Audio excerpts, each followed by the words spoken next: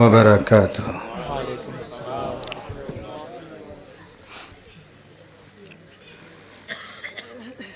الصلاة والسلام عليك سيدي يا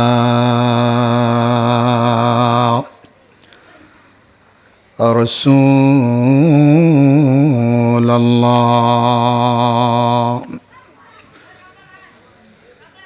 الصلاة والسلام عليك سيدي يا حبيب الله. الصلاة والسلام عليك سيدي يا شفيع المذنبين. الصلاة والسلام عليك سيدي يا رحمة للعالمين. الحمد لله وكفى وسلام على عباده الذين اصطفى وعلى آله وأصحابه أجمعين. أما بعد فأعوذ بالله من الشيطان الرجيم. সবাই আমার সাথে পড়ি বিসমিল্লাহির রহমানির রহিম। ইন্নাল্লাহা ওয়া মালাইকাতাহু ইউসাল্লুনা আলান নবী يا أيها الذين آمنوا صلوا عليه وسلموا تسليما. اللهم صل على سيدنا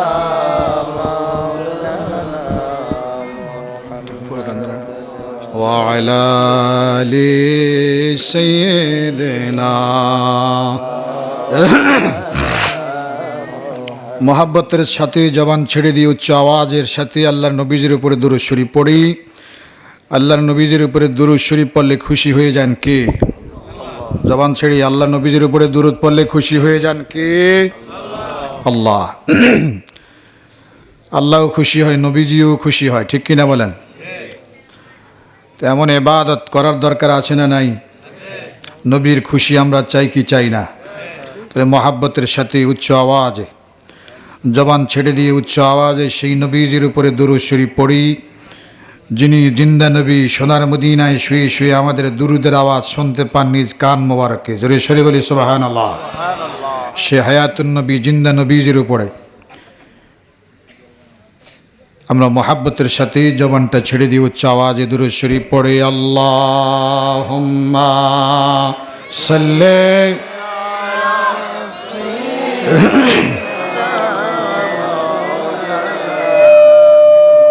ওয়া আলা আলি সাইয়্যিদিনা আল্লাহুম্মা সাল্লি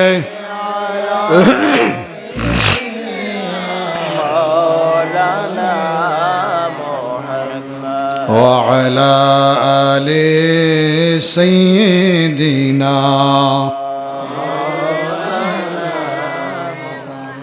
নবী গো তোমার ভালোবাসায় জীবনের গুনাহ ঝরে যায়,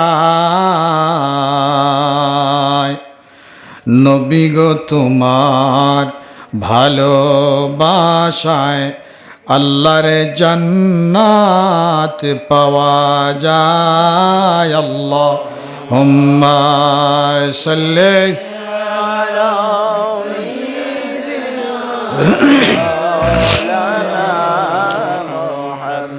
ওয়া আলা আলি সাইয়্যিদিনা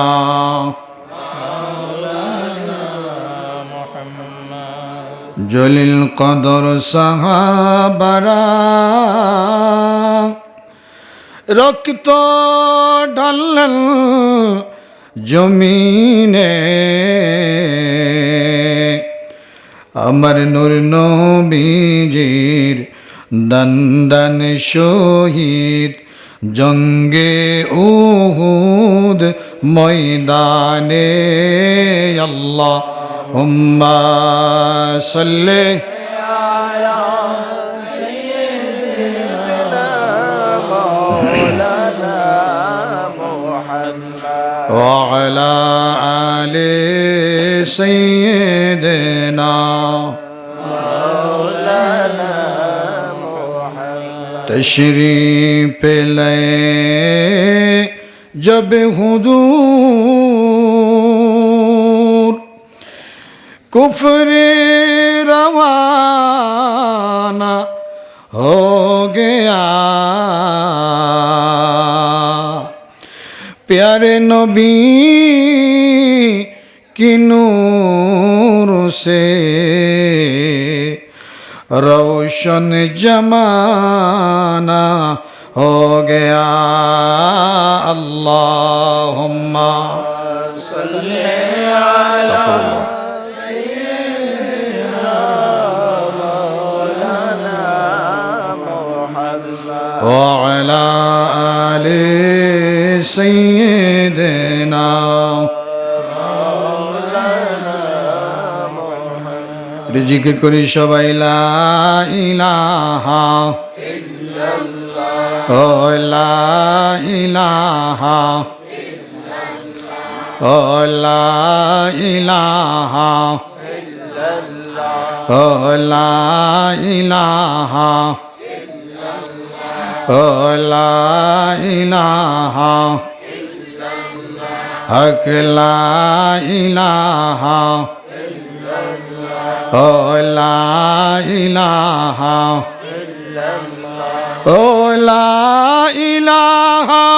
इल्लल्लाह, ओ ला इलाहा इल्लल्लाह, ओ ला इलाहा इल्लल्लाह, ओ ला इलाहा इल्लल्लाह, हक ला इलाहा इल्लल्लाह, हस्बी रब्बी जल्लल्लाह मा फी क़ल्बी, जोड़े ओ हस्बी रब्बी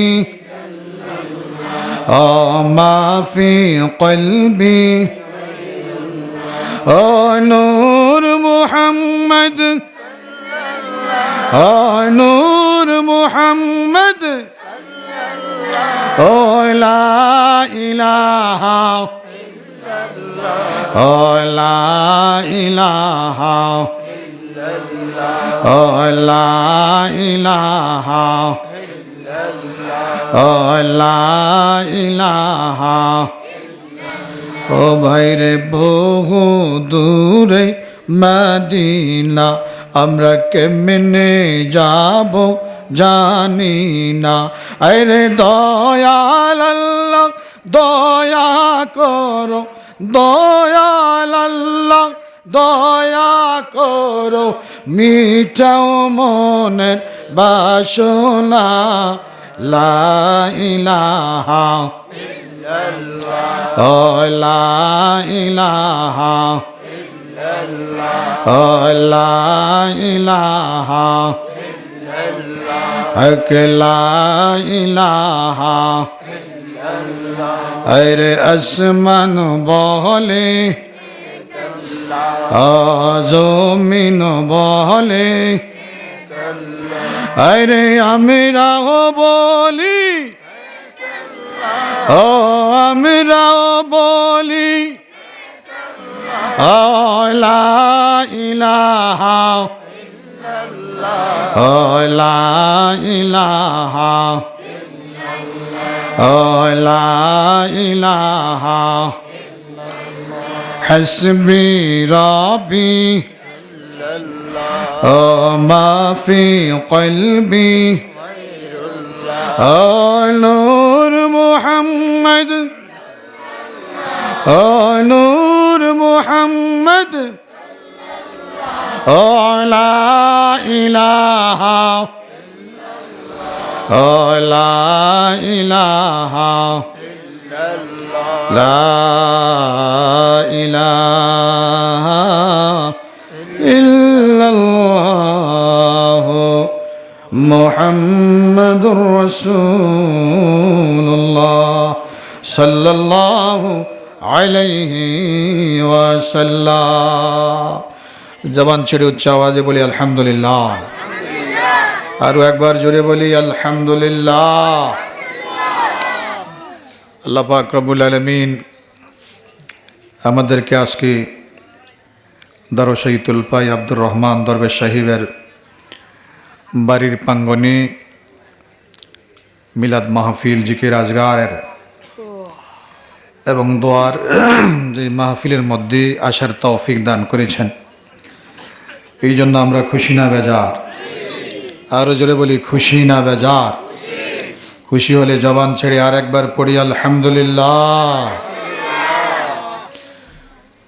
লক্ষ কোটি দুরুদ ও সালাম আকায়ে নামদার তাজদারে মদিনা হাবিবে খোদা নূরে মুজাসসাম হুজুরে পুরনূর মুহাম্মদুর রাসূলুল্লাহ সাল্লাল্লাহু আলাইহি ওয়াসাল্লামের রোজা থারে গুম্বদে খাদরায় সোনার মদিনায়। আল্লাহ পাক রব্বুল আলামিন আমাদের আজকের এই মিলাদ মাহফিলের হাদিয়া, আলেমদের এই মিলন মেলা এবং আপনাদের এই গ্রামের মসজিদের ইমাম সাহেবরা এখানে উপস্থিত রয়েছেন। আলেমদের চেহারার দিকে তাকিয়া থাকলেও আল্লাহ পাক রব্বুল আলামিন সগীরা গুনাহ মাফ করে দেয়। জোরে সরে বলি আলহামদুলিল্লাহ। এই মোবারকপূর্ণ এই মাহফিলের মধ্যে আল্লাহ পাক রব্বুল আলামিন আমাদেরকে আসার বসার তৌফিক দান করেছেন। আমরা আল্লাহর দরবারে দোয়া করব, এই মাহফিলের দরিয়া করে, মাহফিলের উসিলা করে এবং হাফিজিয়া মাদ্রাসার কোরআনের পাখিগুলো এসেছে, ছোট ছোট মাসুম বাচ্চারা, তাদের উসিলায় আল্লাহ পাক রব্বুল আলামিন আজকের এই মাহফিলকে কবুল আর মঞ্জুর করুক। সবাই বলেন আমিন। সম্মানিত উপস্থিতি, আজকে মোটামুটি ঠান্ডা পড়তেছে, আবার উপরে শামিয়ানাও নাই, গাছ তো এই জন্য শামিয়ানা দেওয়া সম্ভব হয় না। যাক আলহামদুলিল্লাহ। এরপরে আপনারা আপনাদের এলাকার মসজিদের ইমাম সাহেবদেরকে মহব্বত করে এবং সাহেবে দাওয়াতের আহ্বানে সাড়া দিয়ে দরবেশ সাহেবের ছেলেরা আজকে বাবার রোহের মাগফিরাত কামনায় ইসালে সওয়াবের মাহফিলের আয়োজন করেছে। আমরা দোয়া করব আজকের মাহফিলের হাদিয়া আল্লাহ লক্ষ কোটি গুণ বৃদ্ধি করে প্রথমে সোনার মদিনায় কবুল আর মঞ্জুর করুক। সবাই বলেন আমিন। তারপরে দরবেশ সাহেব রয়েছেন মরহুম মগফুর আব্দুর রহমান দরবেশ সাহেবের কবর পাশেই। আল্লাহ পাক রব্বুল আলামিন ওনার কবরে হাদিয়া কবুল আর মঞ্জুর করুক। সবাই বলেন আমিন। সর্বোপরি এই দারুশাইতুল পাই গ্রামের মাটির নিচে যত মা, যত বাবা, যত ছেলে মেয়ে মা বাবাকে সিরিয়াল ক্রস করে আগে কবরের বাড়ির বাসিন্দা হয়ে গেছেন, আমরা দোয়া করব আল্লাহ পাক রব্বুল আলামিন প্রত্যেকের কবরে কবরে আজকের হাদিয়া পৌঁছায় দেখ। সবাই বলেন আমিন। এই মাহফিলের দরিয়া করে আল্লাহ কবরের আযাবগুলো কিয়ামত পর্যন্ত মাফ করে দেখ। সবাই বলেন আমিন। সম্মানিত উপস্থিতি, শাবান মাস শেষ হয়ে যাচ্ছে, সামনে আসতেছে উম্মতের আমলনামা ভারী করার জন্য যেই মাস, সেই মাসের নাম কি? সবাই বলি মাসের নাম কি? রমাদানুল মুবারক। রমাদানুল মুবারক। এই সামনের মাসে এখন অনেকে ভালো, কোনো রোগ ব্যারাম নাই। রমজান মাসটা শুরু হয়ে গেলে অনেকে আমার ডায়াবেটিস বেড়ে গেছে, আসেনি আমাদের সমাজে। রোজা থাকলে আমার গ্যাসের প্রবলেম হয়, আছে না? এখন ভালো, এখন গ্যাসও নাই, ডায়াবেটিসও ঠিক আছে। রমজান আসলেই ডাক্তারে কইছে রোজা থাকতো না। আমাদের সমাজে এরকম মানুষ আছে না? আল্লাহ তাদেরকে হেদায়েত দান করুক, সবাই বলেন আমিন। আল্লাহ গ্যাস্ট্রিক, ডায়াবেটিক এবং যত ধরনের প্রেশার, হাই প্রেশার যা আছে, আল্লাহ পাক রব্বুল আলামিন মাহে রমজানের সদকায়, মাহে রমজান আগমনের আগেই আল্লাহ সব কিছু থেকেই আমাদের হেফাজত করে, আমাদের শেফায়ে আজলা কামেলা কুল্লিয়া দান করে মাহে রমজানের প্রত্যেকটি রোজায় আল্লাহর সন্তুষ্টি অর্জনের জন্য, আল্লাহর মোহাব্বতে, আল্লাহর ভয়ে সুবহে সাদিক থেকে শুরু করে, সেহরি খাওয়ার পরে সুবহে সাদিক থেকে শুরু করে আমরা ইনশাল্লাহ সূর্য অস্ত যাওয়া পর্যন্ত 30টি রোজা রাখার ইনশাল্লাহ নিয়ত করলাম। আল্লাহ আমাদের তৌফিক দান করুক, সবাই বলেন আমিন। আর জোরে বলি আল্লাহুম্মা আমিন। এখানে যারা উপস্থিত হয়েছেন, ছোট ছোট কিছু মাসুম বাচ্চা আছে। হাফিজিয়া মাদ্রাসার ছেলেরাও অনেক সময় রোজা রাখে না? রাখে, অভ্যাস হোক। তো প্রত্যেকেই সুস্থ দেখে এখানে এসেছেন, সবাই বলি আলহামদুলিল্লাহ। তাহলে মাহে রমজানের রোজা সবাই রাখবো তো নাকি? দেখি হাত তোলেন তো একটু, সবাই দেখি। আল্লাহ কবুল আর মঞ্জুর করুক, সবাই বলেন আমিন। ইনশাল্লাহ হাত নামান সবাই। আল্লাহ বলে, বান্দা তুমি যদি নিয়ত করো, নিয়ত করলে, নিয়ত করেছো উম্মতে মুহাম্মদের জন্য স্পেশাল এই সুযোগ যে তুমি নিয়ত করেছো রোজা রাখবা, আলহামদুলিল্লাহ রাখবা তো ইনশাল্লাহ। আল্লাহ যদি তৌফিক দান করে, শরীর যদি সুস্থ থাকে, কিন্তু কোনো কারণে যদি এখান থেকে আজকে একজন বাড়িতে চলে গেল, তো যাওয়ার পথে আজরাইল এসে সামনে খারাপ হয়ে গেল, যে তোর তো হায়াত শেষ, আর হায়াত নাই, বাড়িতে যাওয়ার কোনো সুযোগ। আমাদের কয়েকদিন আগে বিল্লাল ভাই শুনেছি আপনার মাঠের মধ্যে গিয়েছে, ক্ষেত আপনার নীরবে পরিষ্কার করবে। ওনার ভাই আবার বিকালবেলা গেছে আসরের সময়ে, যায় দেখি আপনার ওনার ভাই মাঠের মধ্যে শুয়ে আছে, আশেপাশে কেউ নাই। তো শেষ পর্যন্ত নাড়া দিছে মনে হয়, লড়ে না চড়ে না, শেষ পর্যন্ত দেখা গেল উনি সেখানেই মারা গেছে। সবাই বলি ইন্না লিল্লাহি। তো বিল্লাল ভাইয়ের জন্য যদি সেই মাঠের মধ্যে আজরাইল হাজির হয়ে যেতে পারে, আমাদের আপনার জন্য এই মজলিসের মধ্যে আজরাইল হাজির হতে পারে কি পারে না? আরো জোরে বলি, পারে কি পারে না? তো আপনি নিয়ত করেছেন আল্লাহ রোজা রাখবো, আল্লাহও দেখেছে, কিন্তু উম্মতে মুহাম্মদের জন্য স্পেশাল শুভ সংবাদ। এখন আপনি বাড়িতে রওনা দিলেন, বা রাত্রে 12টার মধ্যে আজরাইল এসে রূহ কবজ করে গেল, আপনি মরে গেলেন, কিন্তু যে নিয়ত করেছেন রোজা রাখবেন, আল্লাহ বলে আমার বান্দা নিয়ত করেছে রোজা রাখবে, কিন্তু রাখতে পারে নাই, হায়াত শেষ, এই জন্য আমার বান্দার আমি মাহরুম করব না, বরং রমজানের রোজা রাখলে যে সওয়াব বান্দার আমল নামায়, আমি আল্লাহ খুশি হয়ে আমার নবীদের সদকায় তার আমল নামায় রোজা রাখার সওয়াব লিখে দিব। জোরে সরে বলি সুবহানাল্লাহ। এই জন্য এটাই উম্মতে মুহাম্মদের জন্য স্পেশাল সওয়াব। জি, ওয়াদা করেছি, নিয়ত করেছি, ভালো নিয়ত করলেও আল্লাহ আমলের মধ্যে আপনার সওয়াব লিখে দিবেন। অন্য নবীর উম্মতের জন্য এই আপনার স্পেশাল এই সিস্টেম ছিল না। আমার নবী রহমতুল লিল আলামিন নবীজির উছিলায় আল্লাহ পাক রব্বুল আলামিন আমাদেরকে স্পেশাল সওয়াব, স্পেশাল এই সিস্টেম দান করেছেন। সবাই বলি আলহামদুলিল্লাহ। সেই মদিনার মধ্যে দয়াল নবীজি শুয়ে আছেন। আল্লাহ পাক রব্বুল আলামিন নবীজিকে এমন পাওয়ার দান করেছেন, নবীরা দুনিয়ার জমিনে, ওলিয়া আউলিয়া কারাম দুনিয়ার জমিনে থাকলেই যেই পাওয়ার থাকে, এন্তেকালের পরে আরও সেই পাওয়ার আল্লাহ পাক রব্বুল আলামিন কোটি কোটি গুণ বৃদ্ধি করে দেয়। জোরে সরে বলি সুবহানাল্লাহ। আন্নাল কুওয়াতা লিল্লাহি জামিআ, সমস্ত ক্ষমতার মালিক কে? আর জোরে বলি কে? তো সে আল্লাহ যদি নবীকে ক্ষমতা দেয়, সে আল্লাহ যদি আউলিয়া কেরামদেরকে ক্ষমতা দেয়, আমার আর আপনার কি দুশ্মনী করে কোনো লাভ আসেনি? আমরা কি নবীর মতো হতে পারবো? আমরা কি অলিদের মতো হতে পারবো? অলি হওয়ার চেষ্টা করতে পারি, কিন্তু আল্লাহ কবুল করুক, করা বা না করা এটা ডিপেন্ড করে আল্লাহর উপরে। অলির দরজা কিয়ামত পর্যন্ত খোলা থাকবে। আল্লাহ আমাদের প্রত্যেককে অলি বানাইয়া কবরে নেক, সবাই বলেন আমিন। সেই নবীজি সরকারে দো আলম হুজুরে পূর্ণর মুহাম্মদুর রাসূলুল্লাহ সাল্লাল্লাহু আলাইহি সাল্লামের রওজা আথারে আমাদের এই মাহফিলে যারা উপস্থিত হয়েছেন, প্রত্যেকের নাম সহকারে, দাদার নাম, বাবার নাম সহকারে, আমাদের যে হুজুররা হয়ে উপস্থিত হয়েছেন, হুজুরদের আমারও নাম সহকারে, আজকে রহমতের ফেরেশতারা এখানে এসে শামিয়ানার চতুর্দিক থেকে রহমতের চাদর দিয়ে আপনার ঘেরাও করে রেখেছেন। সবাই বলি আল্লাহুম্মা আমিন।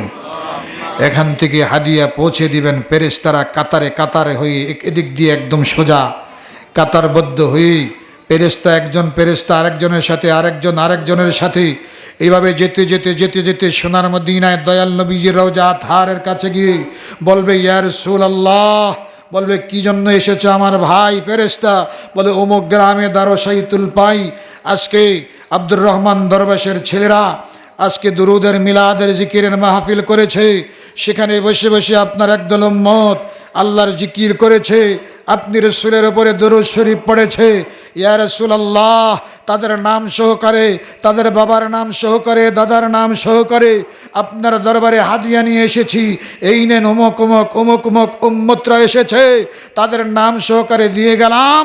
নবী বলে, উম্মত, যখন তোমার কোনো ভালো আমল আমি আল্লাহ নবীর দরবারে সোনার মদিনায় পৌঁছানো হয়, আমি নবী খুশি হয়ে যাই। খুশি হয়ে হামিদুল্লাহ, আমি আল্লাহর প্রশংসা করি, আলহামদুলিল্লাহ। মদিনার রওজায় বলি, জোরে সরে বলি না সুবহানাল্লাহ।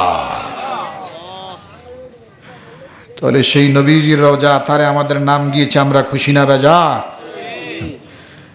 এটা আমরা গাই, মদিনা মদিনা আশিক মুমিনের ঠিকানা, আরে মদিনা।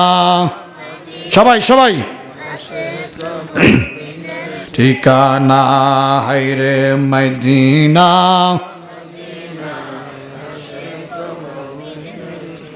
দিদার দিয়ে ধন্য কর, দিদার দিয়ে ও না নবীর দেওয়ানা মদিনা।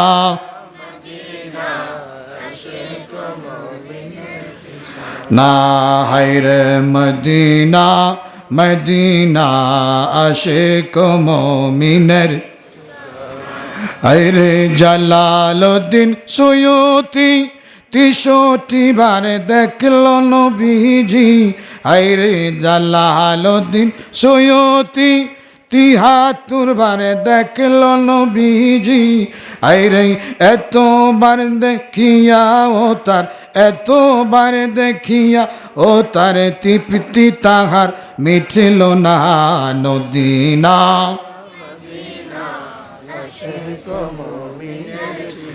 না হায়রে মদিনা মদিনা, না হায়রে মদিনা,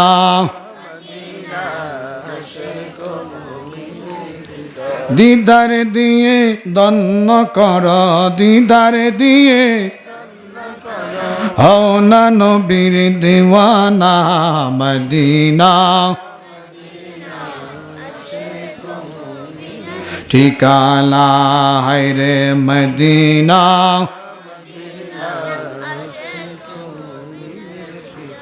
হযরত আবু বকর সিদ্দিকী, কি মনে নাই, নবীর প্রিয় সাহাবী হযরত আবু বকর সিদ্দিকী। সবাই বলেন না, নবীর প্রিয় সাহাবী হযরত আবু বকর সিদ্দিকী। ভালোবেসে সে ভালোবেসে শুইল পাশে, ভালোবেসে যাইয়া দেখো মদিনা মদিনা, আশিক মুমিনের ঠিকানা, হায়রে মদিনা। আরেকবার বলি, নবীর প্রিয় সাহাবী হযরত আবু বকর সিদ্দিকী, আরে নবীর প্রিয় সাহাবী হযরত আবু বকর সিদ্দিকী। ভালোবেসে শুইল পাশে, ভালোবেসে যাইয়া দেখো মদিনা মদিনা, আশিক মুমিনের ঠিকানা, হায়রে মদিনা।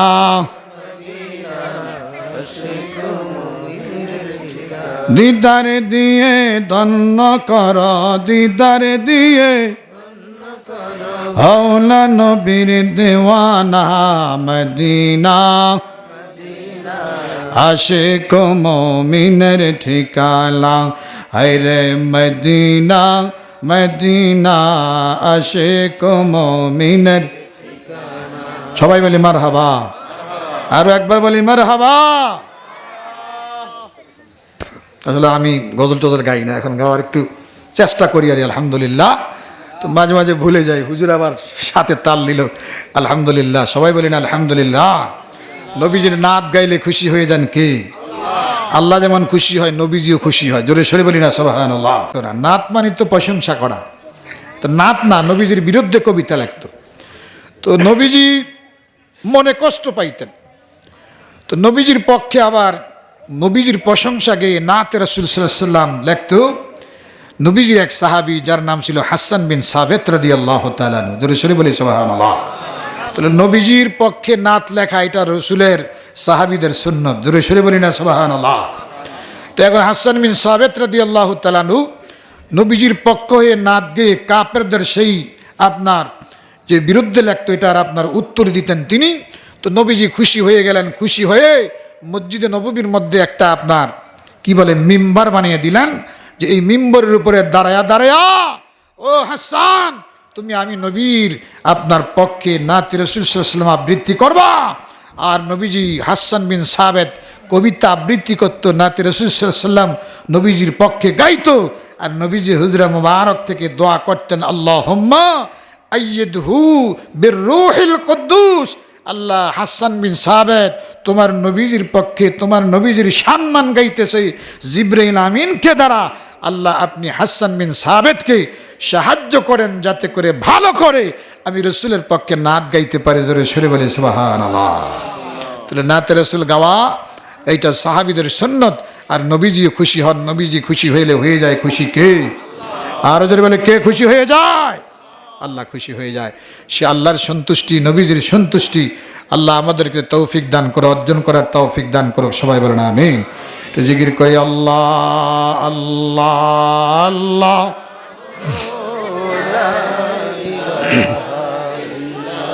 ও আল্লাহ আল্লাহ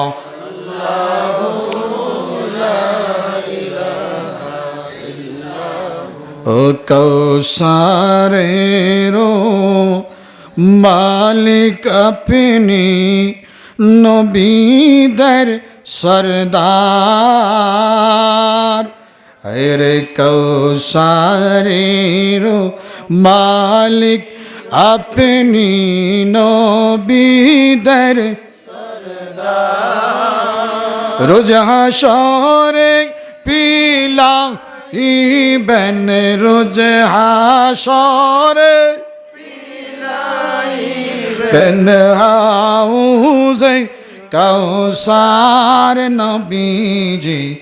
আল্লাহ আল্লাহ আল্লাহু লা ইলাহা ইল্লাল্লাহ। আল্লাহ আল্লাহ আল্লাহ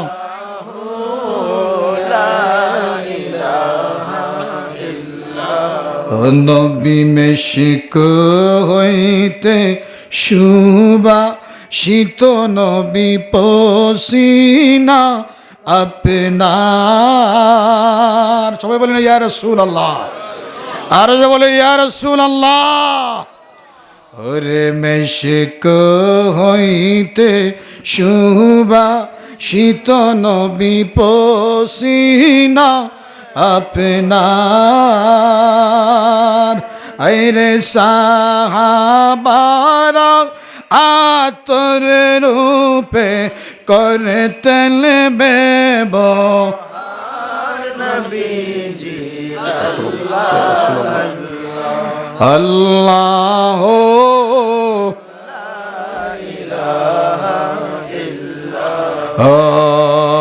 আল্লাহ আল্লাহ আল্লাহ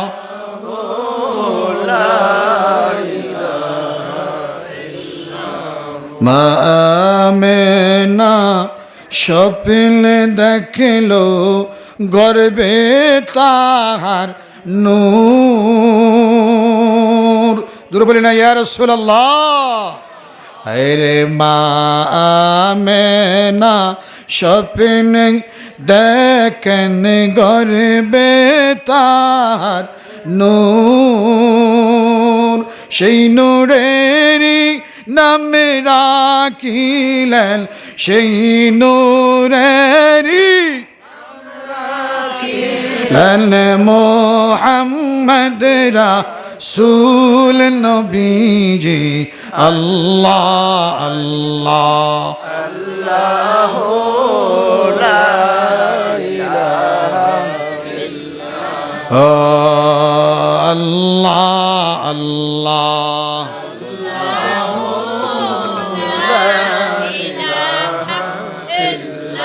ও মৌতের তুফান আসবে যখন নবী গো, আরে মৌতের তুফান আসবে যখন নবী গো, দয়া করে দিবেন দেখা, দয়া দিবেন দেখা হাবিব দুজা নবীজি। আল্লাহ আল্লাহ আল্লাহ লা ইলাহা ও আল্লাহ আল্লাহ আল্লাহ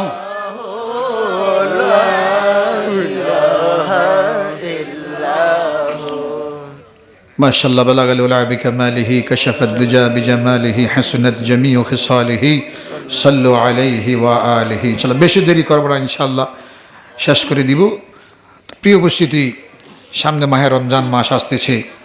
নবীজি যখনই আপনার রজব মাস শুরু হয়ে যেত, নবীজি একটা দোয়া করতেন। সেই দোয়াটা আমাদের ইমাম সাহেবরা আপনাদেরকে সবসময় শিক্ষা দেয়। ইমাম সাহেবরাও নামাজ শেষে এই দোয়াটা পড়ে, আল্লাহুম্মা বারিক লানা ফি রজবাও ওয়া শাবানা ওয়া বাল্লিগনা রমাদানা। জোরে সরে বলি না সুবহানাল্লাহ। নবীজি দোয়া করতেন, আল্লাহুম্মা ইয়া আল্লাহ বারিক লানা, আমাদেরকে আপনি কি করেন, বরকত দান করেন। নবীজি চাইলে তো নিজের জন্য করতে পারতেন, বারিক লি বলতে পারতেন যে আমাকে আপনি বরকত দান করেন। তো নবীজি উম্মতকে মাহরুম করেন নাই, বরং নবীজি বলতেন কি, আল্লাহুম্মা ইয়া আল্লাহ বারিক লানা, আমাদেরকে আপনি বরকত দান করেন, আমাকেও দেন উম্মতকেও দেন। ফি রাজাবা ওয়া শাবানা, রজব মাসের বরকত এবং শাবান মাসের বরকত। তাহলে এই শাবান মাসে বরকত আছে কি নাই? আরে জলবে আছে কি নাই? আছে। এই শাবান এবং রজবের বরকত আল্লাহ দান করেন, এবং এই বরকত দান ধারাবাহিকভাবে আপনি চালু রাখেন ইলা রমাদানা, রমজান মাস পর্যন্ত। জোরে সরে বলি না সুবহানাল্লাহ। তো এখন সেই বরকত আমরা পাবো কারো ছিলাই? নবীজিরও ছিলাই। কারো ছিলাই? নবীজি দোয়া করেছেন, এই জন্য নবীজি দোয়া করতে দেরি, আল্লাহ দোয়া কবুল করতে দেরি না। তো সম্মানিত উপস্থিতি, আমি আজকে যেই কথা বলার জন্য প্রিপারেশন নিয়ে এসেছি, মনে করেছিলাম যে সুদ সম্পর্কে কিছু বলবো। আমাদের সমাজে আপনার বর্তমান যে অবস্থা, নবীজি বলেছেন যে ব্যক্তি সুদ খাবে, অনেকে সুদের ওয়াজ করলে মসজিদের ইমাম সাহেবের ইমামতি থাকে না, আসেনি? এরকম আছেনি? আছে। আমাদের সমাজে সুদ করে আসেনি? আর যদি বলি আসেনি, যে তাদের কোনো কাম নাই কাজ নাই, আইএমএ জাহিলি যোগের মতো আপনার কি করে ব্যাংক থেকে বা আপনার কিস্তি থেকে কিছু টাকা উঠায়, উঠানোর পরে এটা আবার 10 লাখ 15 লাখ টাকা উঠাইয়া এটা আবার মানুষকে কে বিপদে পড়েছে, কে মুসিবতে পড়েছে খোঁজখবর রাখে। তো রাখার পরে নিজে নিজে আস্তে আস্তে যে বলে, কই তুই মুসিবতে পড়ছ, টাকা টুকা তো কেউ দেয় না, তো আমার কাছে আসে তোরে দিমু, কিন্তু সত্য হলো আমার তোমার এই লেনদেন কেউ জানতে পারবে না। তো আমি যে দিব বাবা, কিন্তু আমায় দিলে আমার কী লাভ, তো তুমি কি করো, বেশি লাগবে না, আমারে 100 টাকায় 10 টাকা দিও, বা আরও আপনার কম, 100 টাকায় 1 টাকা, 1000 টাকায় 10 টাকা। এরকম আমাদের সমাজে আছে না নাই? আরও যদি বলে আছে না নাই? আছে। তো এখন যদি সদকায় এমনি যদি দিত সদকায় জারিয়া হিসাবে সওয়াব পাইত। আল্লাহ বলেন কেউ যদি কাউকে বিনা সুদে টাকা ধার দেয়, মুসিবতে পড়ছে এক ভাই, আরেক ভাই গিয়ে তাকে টাকা ধার দিল বা তার কাছে এসে সে আপনার তাকে বিনা সুদে টাকা ধার দিল, ভাই ঠিক আছে নিয়ে ছাড়ো, 1 মাস পরে বা 2 মাস পরে আমাকে দিয়ে দিও। আল্লাহ ডেকে বলে বান্দারে ও আব্দুর রহমান আব্দুল রহিম রে দিছে। তো আল্লাহ বলে আব্দুর রহমান রে, আব্দুর রহমান তুমি যেন তোমার ভাই আব্দুর রহিমকে এই টাকা ধার দিলে না, বরং ওয়াকুরিদুল্লাহ কারদান হাসানান, তুমি যেন স্বয়ং আমি রব্বুল আলামিনকে যেন টাকা ধার দিলা। জোরে সরে বলি সুবহানাল্লাহ, আর জোরে বলি না সুবহানাল্লাহ। তা আল্লাহর কি টাকা পয়সার দরকার আছে নাকি? তো আল্লাহ বলতেছে ওই যে বান্দারে দিছো বিনা সুদে, কি এই জন্য তুমি যেন যে ওই আব্দুর রহিমকে দেও নাই, মানে আমি আল্লাহকে দিয়েছি। আর একবার বলি না সুবহানাল্লাহ। তাহলে আমরা ভাইদেরকে যদি বিনা সুদে টাকা ধার দেই মুসিবতে পড়লে, তাহলে খুশি হয়ে যায় কে? আর যদি বলে খুশি হয়ে যায় কে? তাহলে টাকা কি সে নিল নাকি কে নিল? আল্লাহ নিল। কে নিয়েছে? আল্লাহ নিয়েছে। এভাবে কোরবানির ক্ষেত্রে দেখেন না, আপনি কোরবানি দেন, লা ইয়ানালাল্লাহু লুহুমুহা ওয়ালা দিমাউহা ওয়ালাকিন ইয়ানালুহু তাকওয়া মিনকুম, আছে না? যে কোরবানি গোশতও যায় না, রক্তও যায় না, কিন্তু নিয়তটা আল্লাহ কি করেন? পরীক্ষা করেন যে কার জন্য তুমি কোরবানি দিয়েছো, কার সন্তুষ্টি অর্জনের জন্য। তো এই জন্য বাবারা ভাইয়েরা আমার, সমাজের মধ্যে আল্লাহ নবীজি সরকারে দু আলম বলেছেন কিয়ামতের আগে এমন এক সমাজ চলে আসবে, সেই আইমে জাহিলিয়াত যুগ আবার ফিরে আসবে। জাহিলি যুগে যেমন সুদ ছাড়া আপনার কোনো কথা ছিল না, মানুষ মুসিবতে পড়লে সুদী মহাজনের কাছে গিয়ে দৌড়াইয়া টাকা চাইতো। টাকা ধার দেওয়ার পরে আপনার আস্তে আস্তে আস্তে আস্তে সুদের পরিমাণ বাড়িয়ে দেওয়া হতো। নির্দিষ্ট টাইমে যদি না দিতে পারত, তখন ছিল মাসে আপনার 1100, তখন আপনার আস্তে আস্তে বাড়াইয়া দিত আপনার কি 1200, তারপর 5 যদি দিতে না পারতো 1300, এমনি বাড়াইয়া দিতে দিতে দিতে দিতে জাহিলি যুগে এমন অবস্থা হতো, শেষ পর্যন্ত আসল তো দূরের কথা, আপনার ওই সুদের টাকাই আর পরিশোধ করতে পারতো না, ঋণের বোঝা বিশাল পরিমাণে হয়ে যেত। তারপরে আস্তে আস্তে বাড়িঘর বিক্রি করা শুরু করত, জায়গা জমিন বিক্রি করা শুরু করত, শেষ পর্যন্ত এরকম হতো নিজের সুন্দরী মেয়ে এবং বউকেও ওই সুদখোর মহাজন নিয়ে যেত। জোরে সোরে বলি নাউজুবিল্লাহ। সেই নব্য জাহিলিয়ার যুগ এখন ফিরে এসেছে, সুদ ছাড়া কোনো কথা নাই, সুদের লেনদেন শুরু হয়ে গেছে। এমনও কথা কানে আসে, বাবারা অমুকের বাবা মারা গেছে, জিয়াফতের অনুষ্ঠান করতে হলে টাকার প্রয়োজন, কিন্তু এখন কোনো জায়গায় টাকা নাই। এখন সেই ব্যক্তি, মরা ব্যক্তির ছেলেরা মেয়েরা চিন্তা করে, হায়রে যদি অনুষ্ঠান না করতে পারি তাহলে তো সমাজের মধ্যে মুখ দেখানো যাবে না, হায়রে হায়। এই জন্য কারো কাছে যখন বিনা সুদে টাকা ধার না পায়, তখন সুদী মহাজনের কাছে যায়, বলে ভাই ও ভাই আমাকে কিছু টাকা দেন, বাবার অনুষ্ঠান করতে হবে, জিয়াফতের অনুষ্ঠান করতে হবে। কিন্তু কথা হলো কেউ জানতে পারবে না আমি যে তোমার থেকে টাকা নিয়ে জিয়াফতের অনুষ্ঠান করেছি। সেই সুদী মহাজনে বলে ঠিক আছে, কিন্তু সময় মতো আমার সুদের টাকাটা দিয়ে দিও। আমাদের সমাজে এই ধরনের লেনদেন আছে না নাই? আর যদি আসে না নাই, তো এখন সেই ব্যক্তি বাবার আত্মার মাগফিরাতের জন্য জিয়াফতের অনুষ্ঠানের আয়োজন করলো, কিন্তু সেই মূলধনটা ক্যাপিটালটা হলো সুদের। এখন বাবার কবরে কি সওয়াব যাবে না আবার ডবল গুণা যাবে? আরো জোরে বলি কি সওয়াব যাবে না গজব যাবে? তো আমরা কি আপনার দুনিয়ার জমিনে থেকে বাবার কবরে কি সওয়াব পাঠাইতে চাই না গজব পাঠাইতে চাই? আরো জোরে বলি কি পাঠাইতে চাই? তাইলে এই সুদের টাকা দিয়ে জিয়াফতের অনুষ্ঠান করলে কি সওয়াব যাবে না গজব যাবে? তাহলে আমাদের কি এটা উচিত? সবাই বলে এটা কি উচিত? নাই নাই, এটা তো ওয়াজিব না, ফরজ না, এটা নফল।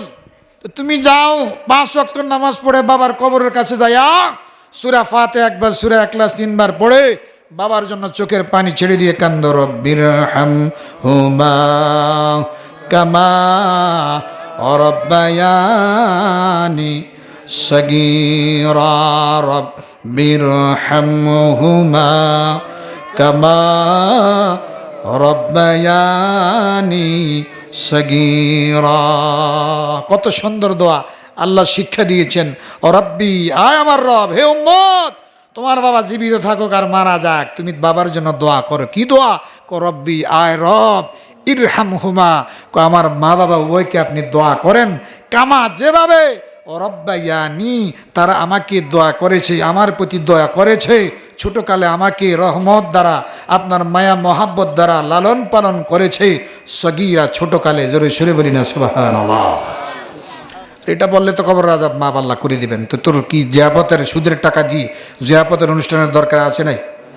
আল্লাহ আমাদের যুবকদেরকে, আমাদের মা বাবা ভাই বোনদেরকে এই সুদ থেকে হেফাজত করুক। সবাই বলেন আমিন। নবীজি বলেন সুদের অনেকগুলো স্তর রয়েছে।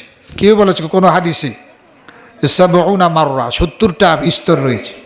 তার মধ্যে সবচেয়ে ছোট সুদের যে স্তর, এটা হলো সুদখোর ব্যক্তি যেন তার মায়ের সাথে ব্যভিচার করে। জোরে সরে বলি নাউজুবিল্লাহ, আরো জোরে বলি নাউজুবিল্লাহ। তাহলে এই সুদ থেকে আল্লাহ আমাদের হেফাজত করুক। সবাই বলেন আমিন। আল্লাহ তাআলা বলেছেন কোরআনুল কারীমের মধ্যে, আহাল্লাল্লাহুল বাইআ ওয়া হাররামার রিবা। এ আমার বান্দা, এ আখিরি জামানার নবীর উম্মত, শোনো শোনো শোনো, আমি আল্লাহ তোমাদের জন্য ব্যবসাকে হালাল করেছি। সেই ব্যবসাটা যদি মরিচের ব্যবসা হয়, সেই ব্যবসাটা যদি পেঁয়াজের ব্যবসা হয়, সেই ব্যবসাটা যদি কাঁচা তরকারির ব্যবসাও হয়, সেই ব্যবসাটা যদি আপনার ছোট কোনো হালাল কিছুর ব্যবসা হয়, মুরগির ব্যবসা হোক, আর আপনার কয়েল পাখির ডিমের ব্যবসা হোক। অনেক যুবক আমাদের সমাজে কয়েল পাখির ডিমের ব্যবসা করে, আছে না বাবা? আছে রে। যেই কোনো ধরনের ব্যবসা হোক, ছোট হোক আর বড় হোক, ওই ব্যবসার মধ্যে তোমার রিজিকের 10 ভাগের 9 ভাগ আমি রব্বুল আলামিন রেখে দিয়েছি। দয়াল নবীজি বলেন ব্যবসার মধ্যে রিজিকের 10 ভাগের 9 ভাগ। তাই হালাল ব্যবসা করলে আল্লাহ পাক রব্বুল আলামিন বলেন ব্যবসাকে আমি হালাল করে দিয়েছি। ওই হালাল ব্যবসার মাধ্যমে তুমি যদি ভালো মুনাফা অর্জন করতে পারো, যদি আপনার ক্রেতার প্রতি জুলুম না করে, তুমি যদি ব্যবসার মাধ্যমে লেনদেন করো, আমি রব্বুল আলামিন ওই ব্যবসাকে জায়েজ করেছি, ওই ব্যবসায়ের মধ্যে তোমার বরকত রেখেছি। কিন্তু বাবারা ভাইয়েরা আমার, আল্লাহ বলেন কিন্তু সেই ব্যবসা যদি হয় সুদের ব্যবসা, আমার আল্লাহ বলতেছেন ওয়া হাররামার রিবা, আর সুদি লেনদেন আমি রব্বুল আলামিন হারাম করে দিয়েছি। জোরে বলি না নাউজুবিল্লাহ, আরে জোরে বলি না নাউজুবিল্লাহ। এ বাবারা ভাইয়েরা আমার, এবার আপনি বলবেন হুজুর সুদ ছাড়া তো কোনো কথা নাই, যেখানেই যাব সেখানেই সুদ। হুজুর কেউ তো এমনি টাকা দেয় না, এটা আপনারও কিছু দোষ আছে। বলে কি দোষ? টাকা হাওলাত যদি একবার নিতে পারে তাহলে ওই ব্যক্তিরে পরবর্তীতে আর চিনে না। আসেনি আমাদের সমাজে? আসেনি? টাকা হাওলাত না, হাওলাত আর চিনে না। আমার থেকে যে কত জনে নিছে, ওই জন্য এক ব্যক্তি একসময় দৌড়ে দুপুরবেলা বাড়ি থেকে যে হুজুর খুব বিপদে আসি, আমার 3,000 টাকা দেন, দিলেই আমার বড় উপকার হবে। তা আমি কই ভাই 3,000 টাকা কোথা থেকে আসবে, আমি চাকরি বাকরি করে খাই, তো যাক চাইছেন তো পরে যাক এমনি আমি টাইনে টনে দিছি। আজকে কত বছর যে হয়ে গেল দেওয়ার কোনো খোঁজখবর নাই।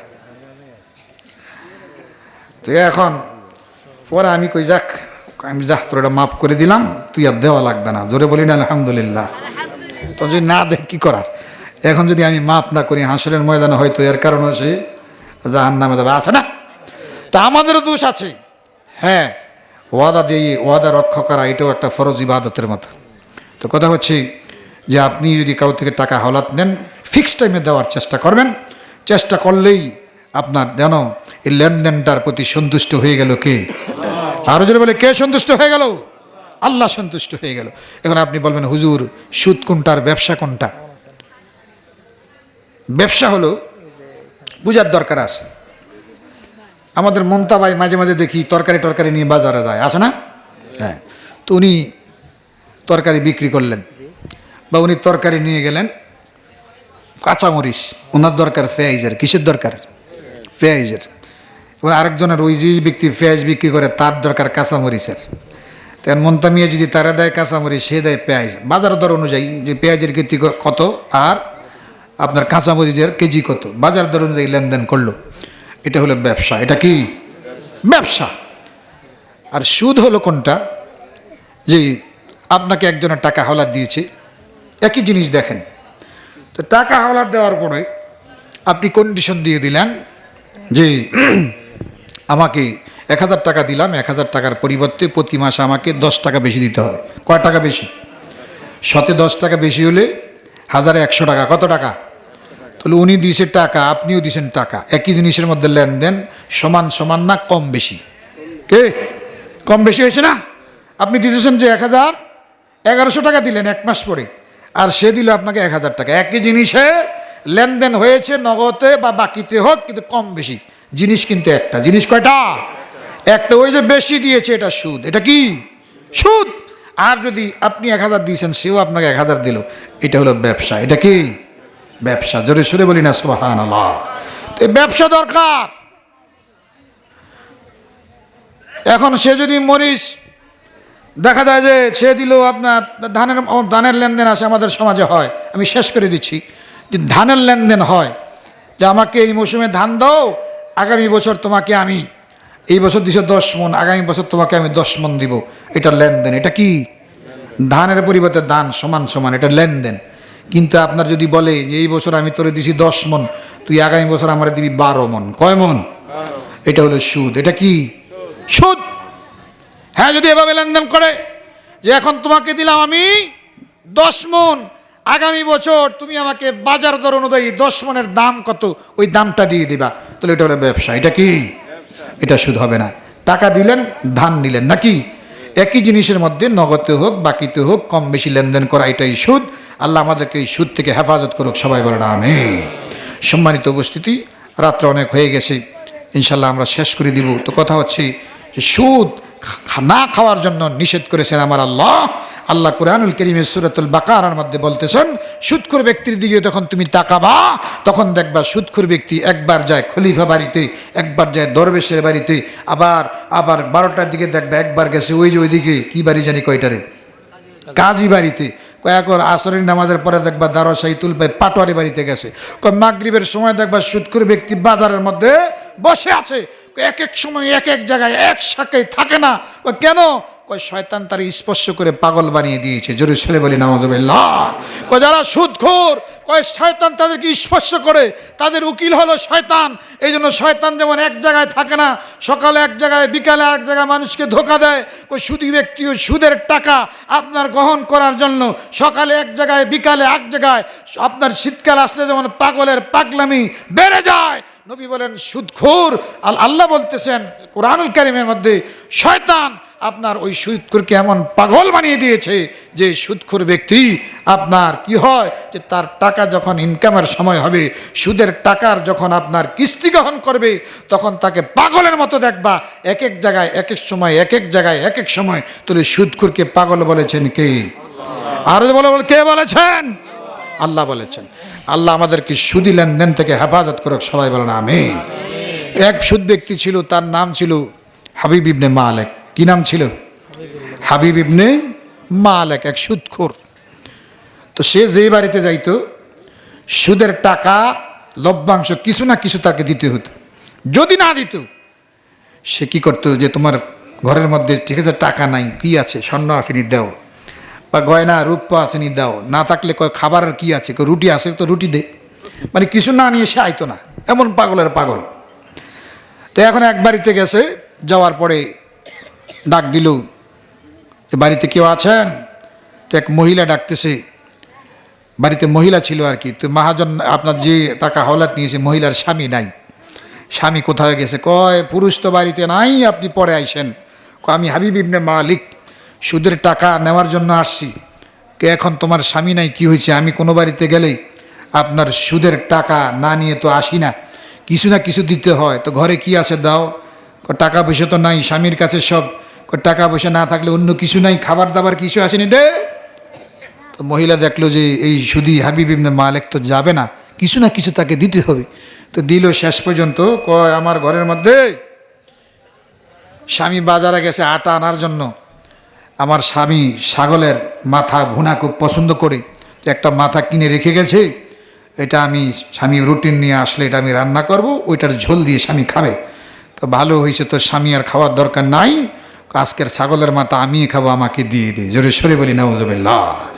সুদখোর ব্যক্তি দেখেন কেমন। তখন মহিলা কি করবে আর, নিরুপায় হয়ে সেই ছাগলের মাথাটাই আপনার হাবিব ইবনে মালিককে দিয়ে দিল। তো হাবিব ইবনে মালিক সেটা নিয়ে বাড়িতে গেল, বিবিকে বলল, বিবি আজকে দেখো কি এনেছি, কই বকরির মাথা, ওইটা কি করবো, কই তুমি ভুনা করো আর রুটি বানাও, আমি গোসলটা করে আসি, এসে ইনশাল্লাহ স্বামী স্ত্রী দুইজনে পেট করে খাবো। কই ঠিক আছে। বিবিও খুশি হয়ে গেল, অনেকদিন ছাগলের আপনার মাথা বোনা খাওয়া হয় না, আজকে এক উচিলায় খাবে। এখন আপনার সেই হাবিব ইবনে মালিক গোসল করার জন্য গেল। এই বসো, আমি শেষ করে দিচ্ছি।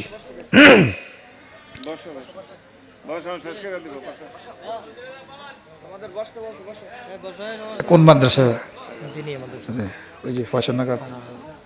এ বসো, শেষ করে দিচ্ছি। 10টা বেজে গেছে, ওলা ভাই তো অনেক আগে আসছে মনে হয়। খাওয়ায় না তোমাদেরকে? খাওয়াইছে? খাওয়ায় না এখনো? হ্যাঁ কয়। আচ্ছা একবার তবরক নিয়ে যাও, শেষ করে দিচ্ছি আমি। তো কথা হচ্ছে প্রিয় উপস্থিতি, আপনার এখন গোসল করে আসলো, বিবিও খুব সুন্দর করে রান্না বান্না করছে, করার পরে আপনার এখন দস্তরখানা বিছাইছে যে খাবে। আসেন সবাই বসে যান, আমি শেষ করে দিচ্ছি আলহামদুলিল্লাহ, দেরি করবো না। তো এখন দস্তরখানা বিছাইছে, বিছানোর পরে ছাগলের মাথা ভুনার যে করছে আপনার পাতিল কড়াই নিয়ে আসছে, সামনে বাসনের মধ্যে রুটি, বিবিও নিল ফেলেট একটা, হাবিব ইবনে মালিকের সামনেও দিল ফেলেট একটা। দেওয়ার পরে এইবার গোস্তের কড়াই যখন খোলে দাও আমার প্লেটের মধ্যে ছাগলের মাথাটা দাও। ছাগলের মাথা দেওয়ার জন্য যখন চামিচ ভিতরে দিল, হায়রে হায় লাড়া দিয়ে দেখে ছাগলের মাথা আপনার তরকারির ঝোল একরকম হওয়ার কথা, কিন্তু এইরকম ঝোল না হয়ে গোটা ছাগলের মাথা ঝোল সহ সকল কিছু যেন আপনার লালে লাল রক্ত হয়ে গেছে। জোরে সরে বলি নাউজুবিল্লাহ। রক্ত হয়ে গেছে, ছাগলের মাথা যেন রক্তের মধ্যে আপনার ডুবাডুবি খেলতেছে। হাবিব ইবনে মালিকের বিবি চিৎকার করে উঠল, বিবি, স্বামী, স্বামী গো, আপনি কি আনলেন, কি রান্না করলাম? গোটা ছাগলের মাথা যেন রক্তের মধ্যে আপনার হাবুডুবু খাচ্ছে, জল টল কিছুই নাই। কই কি বলো? কই এই যে দেখেন। এইবার এক চামচ আপনার প্লেটের মধ্যে নিল, প্লেটের মধ্যে যখন নিল দেখলো তাজা রক্ত থেকে যেমন দুর্গন্ধ বের হয়, টাটকা রক্ত থেকে যেই ধরনের ঘ্রাণ বের হয়, সেই ছাগলের মাথা বোনার জল থেকে যেন টাটকা আপনার রক্তের ঘ্রাণ বের হচ্ছে। জোরে সরে বলি নাউজুবিল্লাহ। তাহলে আপনার সুদের জিনিস খাইলে আপনার যেন ভালো খানা খায় না, সেটা যেন রক্ত খায়। জোরে সরে বলি নাউজুবিল্লাহ। হাবিব ইবনে মালিক এবার চিৎকার মেরে উঠল, ও বিবি, জীবনে অত খাবার খাইলাম, এত বনের বাড়িতে গেলাম, কখনো তো এরকম হয় না, আজকে কেন এরকম হইল? এইবার হাবিব ইবনে মালিকের বুঝতে বাকি রইল না, যেই বাড়ি থেকে ওই আপনার বকরির মাথাটা আনছে, সেই বাড়ির মহিলা কোনো সাধারণ মহিলা নয়, নিশ্চয়ই সেই বাড়ির মহিলা একজন আল্লাহওয়ালা, আল্লাহর পেয়ারা বান্দি। জোরে সরে বলি সুবহানাল্লাহ। হাবিব ইবনে মালিকের বুঝতে আর বাকি রইল না। এইবার হাবিব ইবনে মালিক তওবা করলো, বিবি, ও বিবি, আসো আমিও তওবা করি, তুমিও তওবা করো আল্লাহর দরবারে। আমার বুঝতে আর বাকি রইল না, আমি যে সুদের টাকা লেনদেন করি, আমার আল্লাহর এটা পছন্দ না। এই জন্য রব্বে কারীম আমাকে এই নমুনা দেখিয়েছে, এই নজির দেখিয়েছে। আসো আমরা তওবা করি, আস্তাগফিরুল্লাহ রাব্বি মিন কুল্লি যামবিন ওয়া আতুবু ইলাইহি লা হাওলা ওয়ালা কুওয়াতা ইল্লা বিল্লাহিল আলিয়্যিল আযীম।